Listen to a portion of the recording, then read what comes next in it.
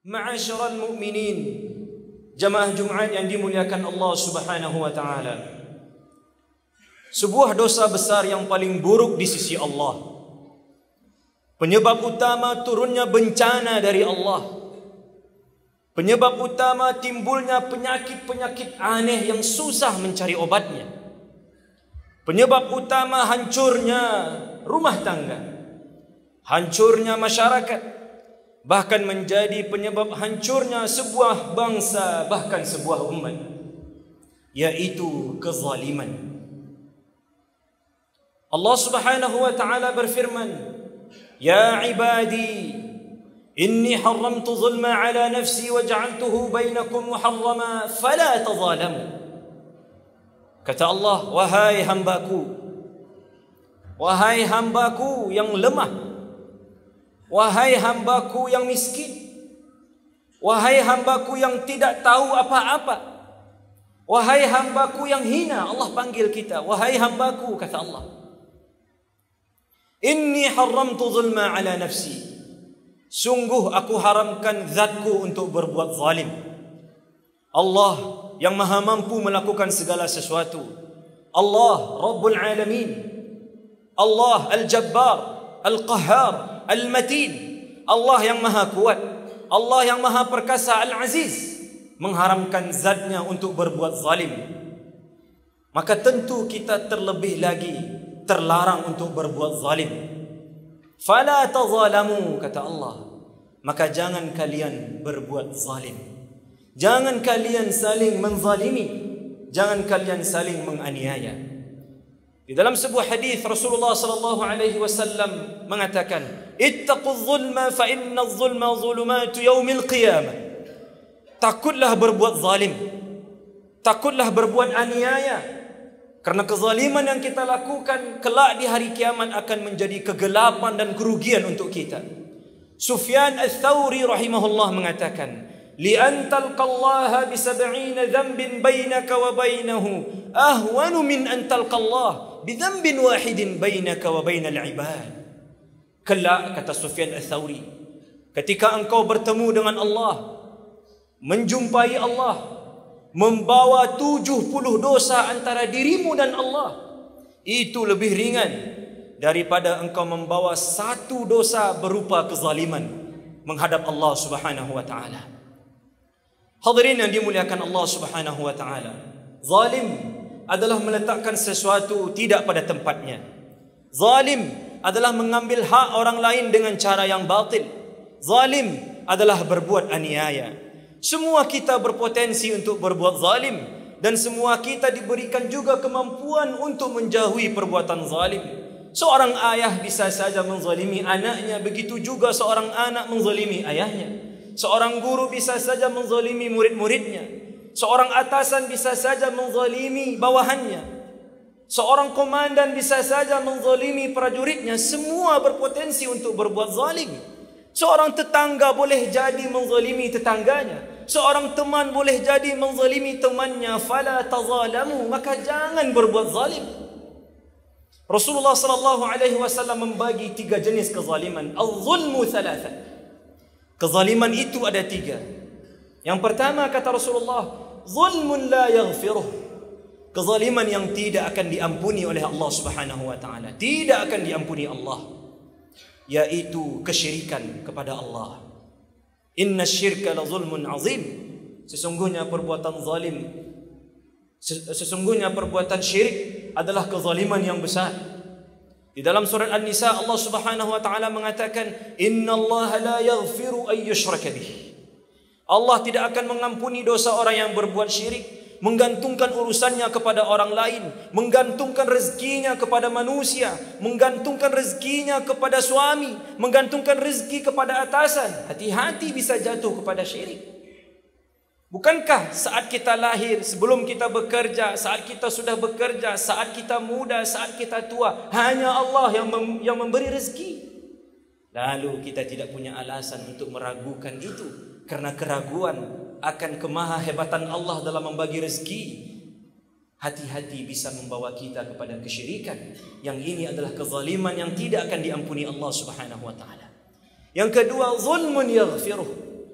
Kezaliman kedua adalah kezaliman yang akan Allah ampuni, yaitu kezaliman seorang hamba kepada dirinya sendiri, berbuat dosa, bermaksiat, mengerjakan larangan Allah dan meninggalkan perintah Allah Subhanahu wa taala, bermalas-malasan untuk beribadah kepada Allah dan betapa semangatnya untuk urusan dunia, menomor duakan Allah lalu menomor satukan dunia.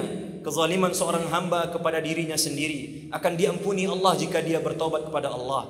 Nabi Adam alaihissalam mengajarkan kepada kita sebuah doa, Rabbana zalamna anfusana wa illam taghfir lana wa tarhamna lanakunanna minal khasirin. Ya Allah, sungguh kami telah berbuat zalim kepada diri kami. Kami telah berbuat maksiat, kami telah lakukan apa yang seharusnya menjadi larangan dan kami tinggalkan. Maka ampuni kami ya Allah, karena kami akan merugi jika tidak Engkau ampuni.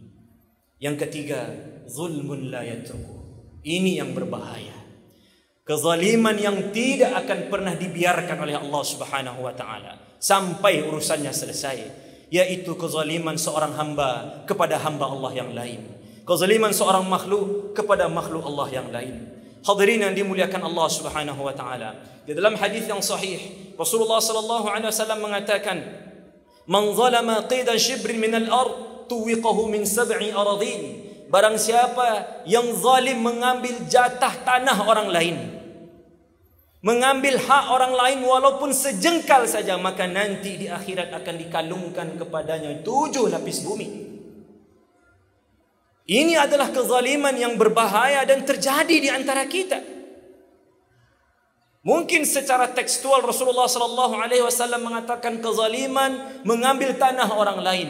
Boleh jadi dengan menggeser batas atau seterusnya. Tetapi jika kita lihat konteksnya, hadirin yang dimuliakan Allah, betapa banyak hak pejalan kaki yang diambil. Betapa sering kita tidak merasa nyaman di jalan raya karena ada pengguna jalan raya lain yang berbuat zalim. Sembarangan dalam berkendaraan, sembarangan parkir.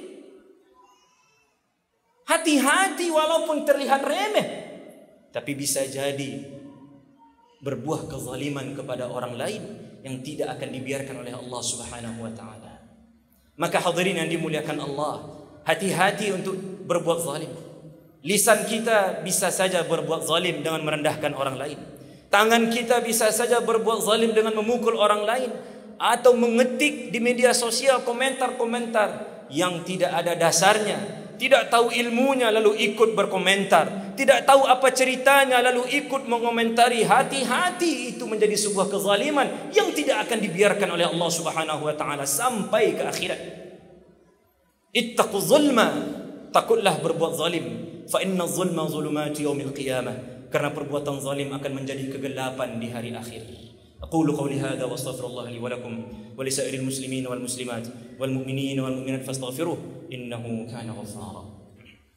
الحمد لله رب العالمين وبه نستعين على أمور الدنيا والدين والصلاة والسلام على حبيبنا المصطفى صلى الله عليه وسلم وعلى آله وصحبه ومن تبعهم بإحسان إلى يوم الدين. أيها المؤمنون الحاضرون، أوصيكم وإياي بتقوى الله فقد فاز المتقون. قال الله تعالى في القرآن العظيم إن للمتقين مفازا.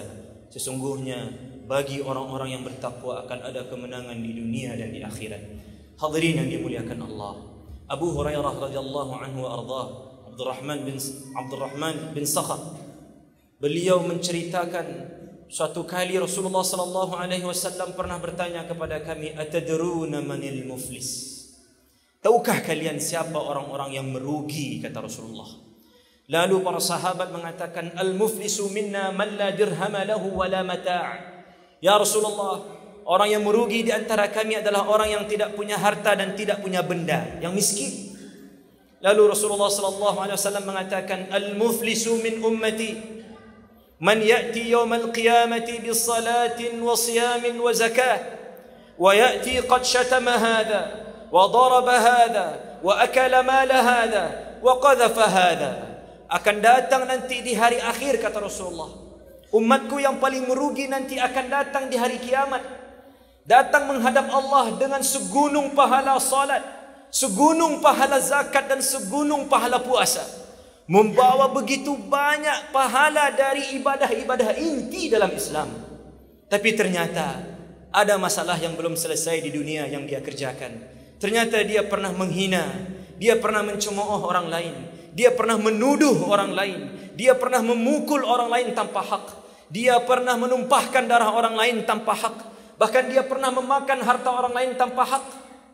Dan ingat, kezaliman ini tidak akan dibiarkan oleh Allah Subhanahu wa taala. Lantas korban-korban kezaliman dia tadi datang menghadap Allah Subhanahu wa taala, mengadukannya kepada Allah, ya Allah, si fulan yang datang dengan segunung pahala salat, puasa dan zakat, pernah menghinaku, pernah menuduhku, pernah memukulku, pernah memakan hartaku. Kemudian diambillah pahala pelaku kezaliman tadi yang datang dengan segunung pahala tadi, diberikan kepada korban kezalimannya. Datang korban kedua, datang korban ketiga, begitu seterusnya sampai habis semua pahalanya. Kemudian ternyata setelah habis semua pahala salat, zakat dan puasanya tadi, habis, kosong. Masih ada yang datang mengadu kepada Allah, korban kezalimannya. Tapi pahala sudah habis dan Allah tidak akan membiarkan ini.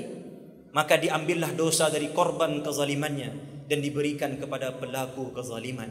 Perhatikan hadirin yang dimuliakan Allah, sia-sia rasanya puasa kita, tidak ada gunanya salat kita, tidak ada gunanya zakat kita, tidak ada gunanya haji dan umrah kita kalau kezaliman masih menjadi kebiasaan kita.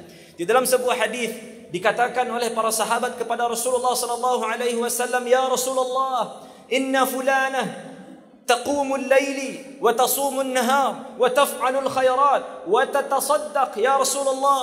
Ada seorang perempuan yang luar biasa tahajudnya, setiap malam dia tahajud, setiap hari dia tidak lewatkan kebaikan-kebaikan, di siang hari dengan berpuasa. Kemudian dia melakukan al-khairat, banyak kebaikan-kebaikan yang lain. Wa tatasaddaq, bahkan dia bersedekah. Ibadah inti semuanya. Lakinnaha tu'dhin nas bilisaniha.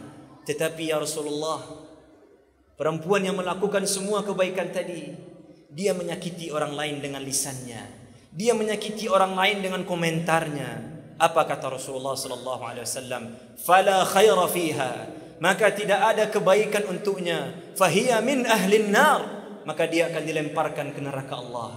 Hadirin yang dimuliakan Allah, ittaqu da'watal mazlum, takutlah doa orang-orang yang terzalimi.